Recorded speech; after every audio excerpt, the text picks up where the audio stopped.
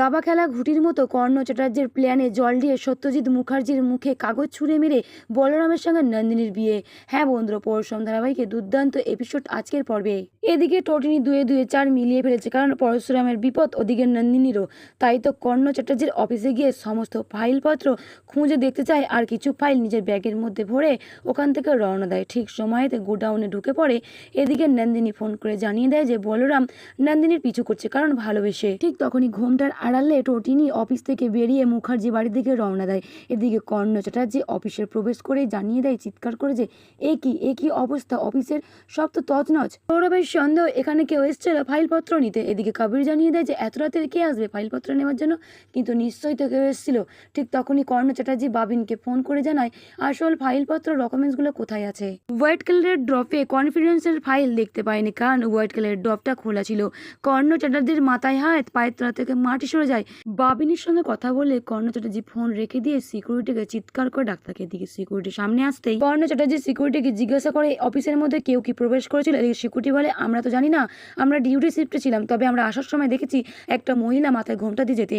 কর্ণ চ্যাটার্জি আরো জিজ্ঞাসা করে কেমন দেখতে, কোথা থেকে এসেছিল সেটা জিজ্ঞাসা করেছো। এদিকে সিকিউরিটি গার্ড জানিয়ে দেয় না, উনি কোথা থেকে এসেছে সেটা আমরা জিজ্ঞাসা করিনি।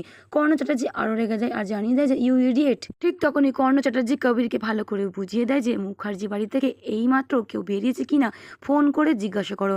এদিকে কবির তার বাবার কথা মতো আয়ুষীকে ফোন করে জিজ্ঞাসা করে বাড়ির মধ্যে এই মুহূর্তে মহিলারা কে কে আছেন আর কে কে নেই। কবিরের কথা মতো আয়ুষী নিজের ঘর থেকে বেরিয়ে ড্রয়িং রুমের দিকে যেতে লাগলেই লাট্টু পিকুর সঙ্গে দেখায় আর জিজ্ঞাসা করে তোর বড় মাসি কই রে। লাট্টু পিকু জানিয়ে দেয় যে বড় মাসি এখন ঘুমাচ্ছে। ঠিক তখনই ওখানে নন্দিনী এসে উপস্থিত হয়। আয়ুষীর সব্বার কথা জিজ্ঞাসা করতে নন্দিনী জানিয়ে দেয় যে সকলে এখন তত্ত্ব সাজাচ্ছে, তত্ত্ব পছন্দ করছে। এদিকে লাট্টু উপচিৎকার করে জানিয়ে দেয় যে আয়ুষী মাসি বোধহয় গোয়েন্দাগিরি করছে। এদিকে পিকো বলে ওটা গোয়েন্দাগিরি সত্যি কি তুমি করছো। তারপরে জিজ্ঞাসা করে দেয় যে ছোটদি কোথায় রে। ঠিক তখনই নন্দিনীর ফোনটা বেজে ওঠে আর বলে আমার ফোন বাজছে। এগিয়ে চলে আসতেই পিকো লাট্টুকে জিজ্ঞাসা করে সত্যি তোর মা কি বাড়ির বাইরে বেরিয়েছে। ঠিক তখনই লাট্টু জানিয়ে দেয় আয়ুষী মাসি তুমি কি গোয়েন্দাগিরি করছো নাকি। এদিকে পিকো বলে গোয়েন্দাগিরি সত্যি তুমি কি করছো আয়ুষী মাসি। মা তো বাড়ির বাইরে গেছে, অনেকক্ষণ হয়ে গেল, 45 মিনিট হয়ে গেছে, হয়তো মেকআপের জিনিস কিনতে গেছে। এ কথা শুনেই আয়ুষী ওখান থেকে হনমনিয়ে নিজের ঘরে গিয়ে কবিরকে ফোন করে। বলরাম পিছন থেকে সব কথাই শুনছিল। এদিকে বাবিন কর্ণ চ্যাটার্জিকে জানিয়ে দেয় যে টোটিনি গাঙ্গুলি বাড়িতে নেই। বাবিনী থেকে আয়ুষী ফোন নিয়ে কর্ণ চ্যাটার্জিকে ভালো করে বুঝিয়ে দেয় যে টোটিনি বাড়ি থেকে 45 মিনিট বেরিয়েছে, হয়তো মেকআপের জিনিস কিনতে গেছে। টোটিনি বাড়িতে নেই একথা শুনে কর্ণ চ্যাটার্জির পায়ের তলা থেকে মাটি সরে যায়, কারণ অফিস থেকে সমস্ত ডকুমেন্টস ফাইল আর নেই, উধাও হয়ে গেছে। টোটিনি কি কালারের শাড়ি পরেছিল এটা আয়ুষীকে জানাতে আয়ুষী বলে আমি তো দেখিনি দিদিভাই কি কালারের শাড়ি পরেছিল। ঠিক তখনই কর্ণ চ্যাটার্জি সিকিউরিটিকে জানায় ওই মহিলা কি কালারের শাড়ি পরেছিল। এদিকে সিকিউরিটি গার্ড জানিয়ে দেয় অন্ধকারের মধ্যে আমি শাড়ির কালারটা ঠিক চিনতে পারিনি। এদিকে কর্ণ চ্যাটার্জি আরও রেগে যায় সিকিউরিটির কথা। কিছুক্ষণ পর সিকিউরিটি গার্ড জানিয়ে দেয় ওই মহিলা কিন্তু সবুজ কালারের শাড়ি পরে এসেছিল।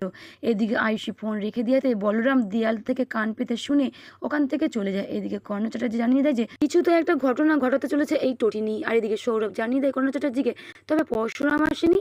কর্ণ চ্যাটার্জি জানিয়ে দেয় সৌরভকে যে না, পরশুরাম আসেনি, টোটিনি একলাই এসেছিল, কিন্তু কি জন্য এসেছিল আমরা সেটা বুঝতে পারছি না। ওদিকে টোটিনি নিজের ব্যাগে করে সমস্ত ফাইল নিয়ে নিজের বাড়িতে গিয়ে ব্যাগ নিজের বিছানায় রেখে চাবি নিয়ে আলমারি খুলতে যাবে। ঠিক তখনই বলরাম ফোন করে আয়ুষের ব্যাপারটা জানিয়ে দেয়। আয়ুষ যে ফোনের মধ্যে কার সঙ্গে কথা বলছিল টোটিনির নামে সমস্ত তথ্য দেয়। এদিকে টোটিনি জানিয়ে দেয় যে আমার বরমশাই কোথায়, হয়তো তোমার বর গায়ে হলুদের অ্যারেঞ্জমেন্ট করছে। এদিকে টোটিনি জানিয়ে দেয় ও কি হলুদ তো বাড়বে নাকি। বলরাম বলে হ্যাঁ ও তো জোহরি, ও সব কাজই পারে। এ কথা বলেই বলরাম ফোনটা রেখে দেয়। এদিকে টোটিনি মনে মনে ভাবতে থাকে আয়ুষী জহরে চিনতে ভুল করেছি, তবে আমি মুখার্জি বাড়িতে পা দিতেই আমাকে কোশ্চেনের পর কোশ্চেন জেরার পর জেরা করতেই থাকবে। ওদিকে অফিসের মধ্যে কর্ণ চ্যাটার্জি সকলকে বলতে চায় টোটিনি এখানে এসেছিল, ওয়াই নট পরশুরাম কেন আসেনি এখানে। সকাল হতে না হতেই নন্দিনীকে সাজাতে শুরু করে দেয়, কারণ তার গায়ে হলুদের অনুষ্ঠান ছিল। এদিকে সাজিয়ে টোটিনি জিজ্ঞাসা করে প্রাচীকে কেমন লাগছে নন্দিনীকে। ওদিকে প্রাচী জানিয়ে দেয় দারুণ লাগছে। ঠিক তখনই ওখানে উপস্থিত হয় বলরাম পাঞ্জাবি পরে। একে অপরের দিকে চোখ সরাতে পারছে না নন্দিনী বলরাম। টোটিনি তার মাঝখানেতে বলরামকে জিজ্ঞাসা করে কেমন লাগছে নন্দিনীকে। এদিকে বলরাম জানিয়ে দেয় যে ওনাকে তো সবসময় সুন্দরই লাগে, তবে কি আজকে গায়ে হলুদের অনুষ্ঠানে এতদিন পর বলরামের চোখের ভাষা বুঝতে পারলেন নন্দিনীকে আজকে নিজের মনের কথা বলবে বলরাম। টোটিনি তো অনেক আগেই জানতে পেরে গেছে বলরাম ভীষণই ভালোবাসে এই নন্দিনীকে, তবে কি পরশুরাম জানতে পেরে যাবে।